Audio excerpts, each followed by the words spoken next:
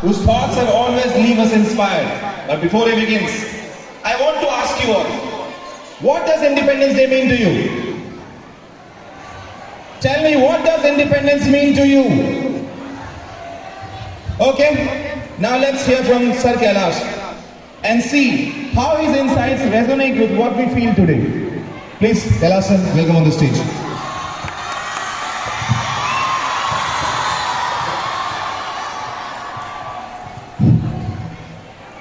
आदरणीय प्रधानाध्यापक doctor Vipin Verghese, sister कुसुम, मेरे सभी शिक्षक वृंद और नन्हे मुन्ने बच्चे, आज हम सबों के लिए एक ऐतिहासिक दिन है, एक गौरवशाली का दिन है, क्योंकि आज ही के दिन 15 अगस्त 1947 ईस्वी को हम अंग्रेजों की बेड़ियों से मुक्त हुए थे। तो आज क्या है? आज क्या है? सिवाय इसके शहीदों की आरज़ू क्या है? सिवाय इसके शहीदों की आरज़ू क्या है? और वतन के काम न आए तो फिर लहू क्या है?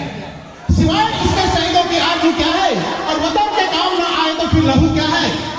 शहीदों पर इस दुनिया में मिट करके शहीदों ने यह बता दिया कि शहीदों की आबरू क्या है। प्यारे बच्चों, आज हम सब 78वां स्वतंत्रता दिवस के रूप में मना रहे हैं। यह देश 78वां स्वतंत्रता दिवस के रूप में पूरे देश के कोने कोने में मना रहे हैं। आज हम उन शहीदों को याद करते हैं जिन्होंने हमारे देश को आजाद कराने में अपनी प्राण की आहुति दे दी। आज हम उस आंदोलन को याद करते हैं जब सन 1857 से ईस्वी से लेकर के असहयोग आंदोलन, दांडी मार्च और भारत छोड़ो आंदोलन का नेतृत्व महात्मा गांधी जैसे वीर जंबाजों ने किया था। आज हम उन शहीदों को याद करते हैं जिन्होंने आज हमें इस तिरंगा के नीचे स्वतंत्रता दिलाने में अपना अमूल्य योगदान दिया। आजादी महज 3 शब्द का है, लेकिन इसको प्राप्त करने में तकरीबन 200 वर्षों तक हमें समय लगा।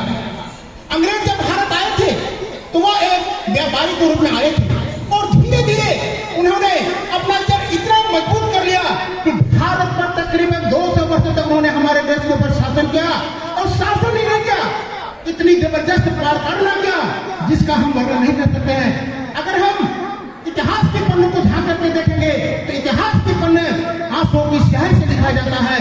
आज हमारा देश, स्वतंत्रता हमें मिल गई, लेकिन हमारे देश के अंदर में जिस तरह की भावनाएं पैदा हो रही है वह एक चिंता का विषय है। हम सब भारतवासी को यह समझना होगा कि हमारे जिन महापुरुषों ने हमारे देश के लिए जो सपना देखा था, क्या उस सही रास्ते पर आज हम जा रहे हैं? प्यारे बच्चों, आजादी हमारे लिए बहुत ही महत्वपूर्ण है, क्योंकि हमें इतनी आसानी से नहीं मिली थी। आज हम जब से 1942 ईस्वी में महात्मा गांधी के नेतृत्व में भारत छोड़ो आंदोलन का आगाज हुआ था, तो उसी समय महात्मा गांधी ने कहा था डू और डाई, करो या करो।